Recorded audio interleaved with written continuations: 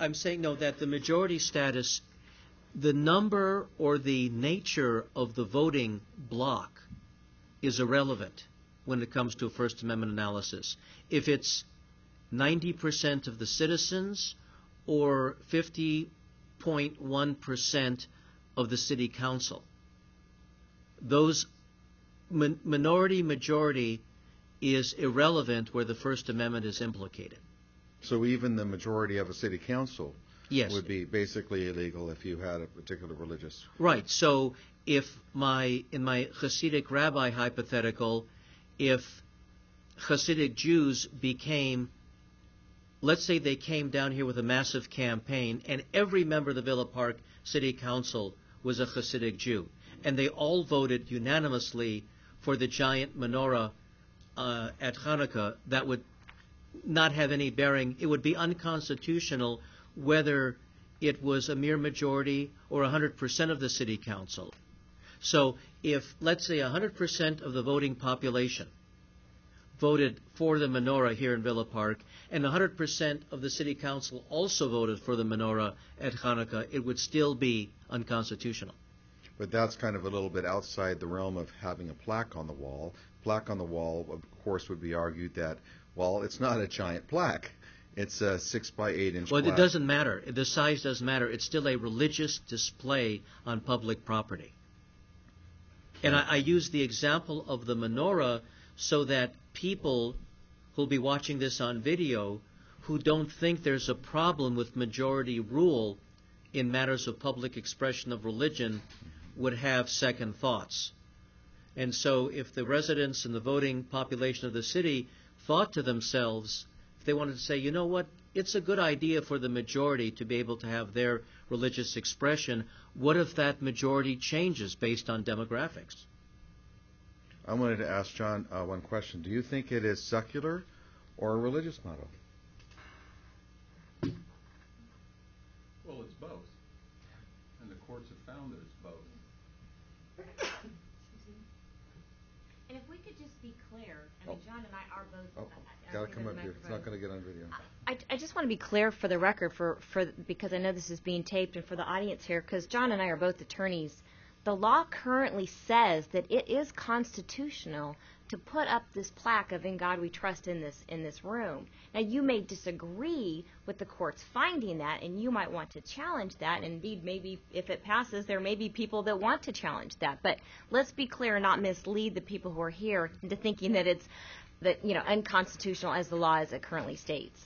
There's only one little out on that, and that is the states may give more First Amendment protection than the federal Constitution, but not less. So it has happened that the California Supreme Court has held on some occasions that the religion clauses of the Constitution in the California state constitution are stronger than the national. So the only possibility would be to argue ultimately the California Supreme Court that regardless of what the federal Establishment Clause has been interpreted to mean, the state constitution's no preference clause disallows that. That would be a technical argument.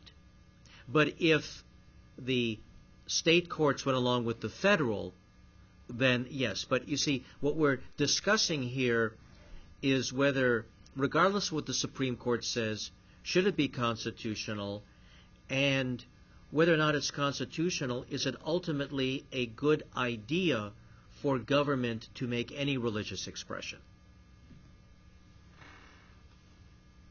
If that's the end of the questions, then we will move on to our closing statements.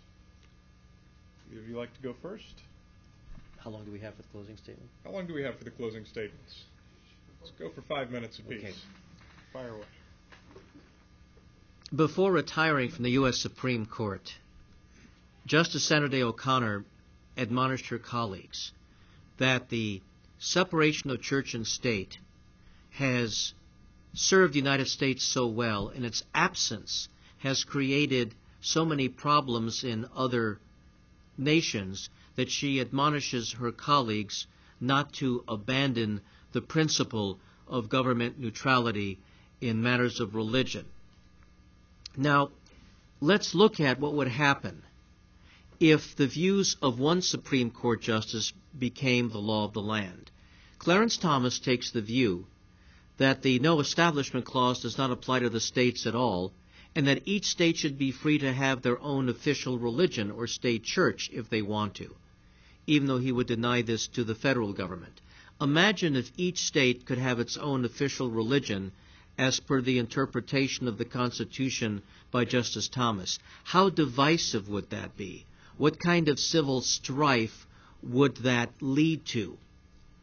And so we have to ask ourselves, like politicians ask, are you better off than you were 4 years ago? Well, constitutional advocates have to ask, are we better off if government has to be strictly neutral in matters of religion, or are we better off if government can play favorites between belief and non-belief? If government cannot betray any preference for God versus no God, then everyone is free and everyone is equal, because no religious person is deprived of their rights just because they can't use the machinery of government to announce their religious views, just like no non-believer is deprived of their rights if they can't use the machinery of government to announce their views. If I cannot stand on the steps of City Hall using the City Council's bullhorn to say there is no God, I'm not less free. But if believers can't use the City Council's bullhorn on the steps of City Hall to say there is a God, they're not any less free either. So if our objective is maximizing liberty for all Americans, regardless of their viewpoint on matters of religion, then the separation of church and state, defined as government neutrality in matters of religion, not being able to favor one religion over others, and not be able to favor belief over non-belief, is the best way to go. And the concept of the separation of church and state, where government must be neutral, will in the end lead to the greatest freedom for both the believer and the non-believer. I want to thank everyone for coming tonight, and mainly thanks to our two speakers. Thank you. Thank you.